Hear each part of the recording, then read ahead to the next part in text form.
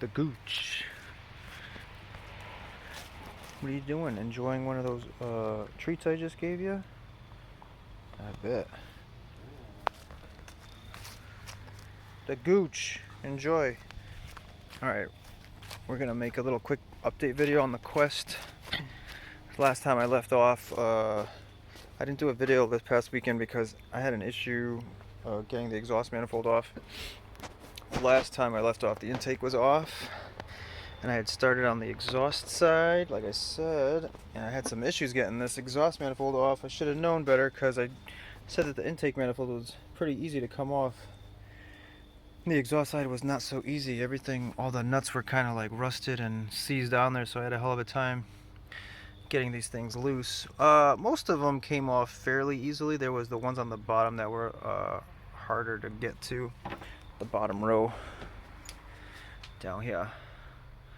And I actually had to cut this one off down there.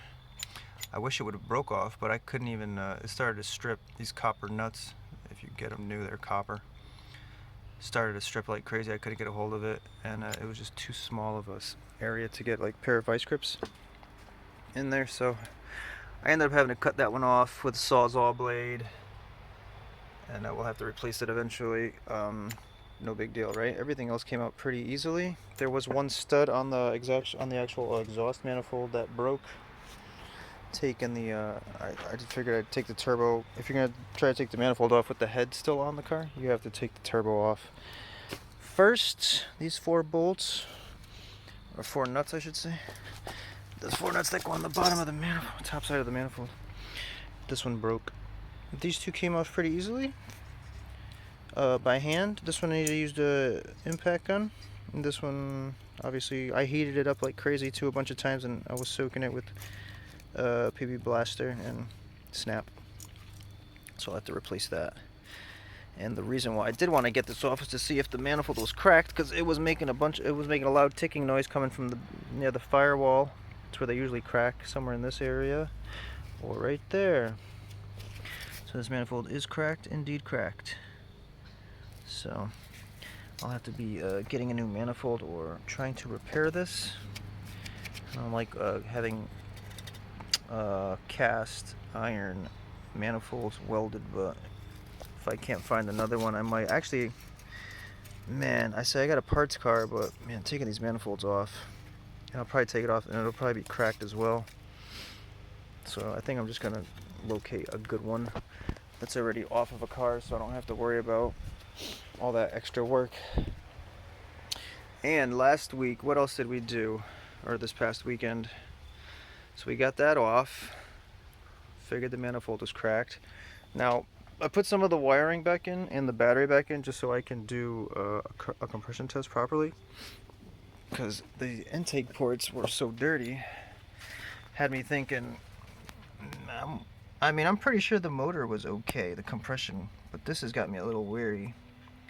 So I'm hoping it's just valve seals that are bad. I ordered a whole new engine gasket kit today, Felpro. So we're going to be ripping this motor out eventually and doing all the seals, all the gaskets. I'm going to take the head off, even though I said I wasn't going to. But now I'm going to take the head off. We'll do the head gasket. And I can do the valve seals properly with the head off, and I can take the valves out and clean everything out, clean all these ports out, and maybe get the head even bench tested, right, to see if it's cracked.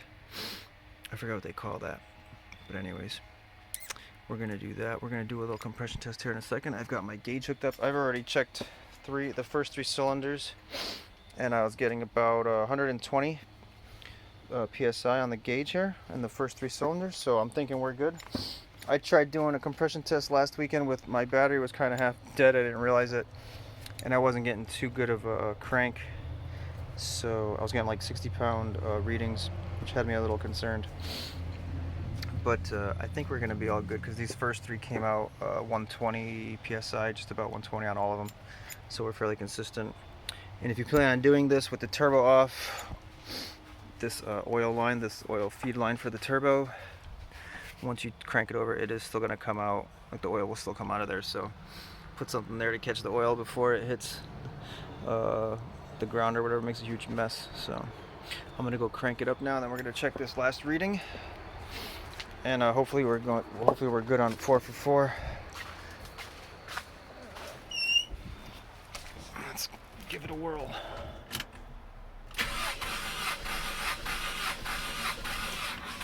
There you go. Give it about 5 cranks, 5 revolutions. I'll come take a look at the gauge. And that's exactly where we were on the other first 3, about 120. And sometimes, you know, just if you want to make sure, you just hit it again just to make sure that it wasn't a false reading. You know, do 2 or 3 readings just to make sure. You give it about 5 cranks. And it should say 120 again, and we should be good. This motor is good, compression is good, and I'm happy with that. So all 4 cylinders, about 120 psi, which is good with me. You can see that. That thing fills up pretty fast, so make sure you have something there, because that oil will go everywhere. Alright, so cool. So I know the motor's good. I know the bottom end is good anyways. So now I don't feel bad pulling the motor out. And that's going to be it for now. Stay tuned for more updates on the car. And I'll catch you in the next one.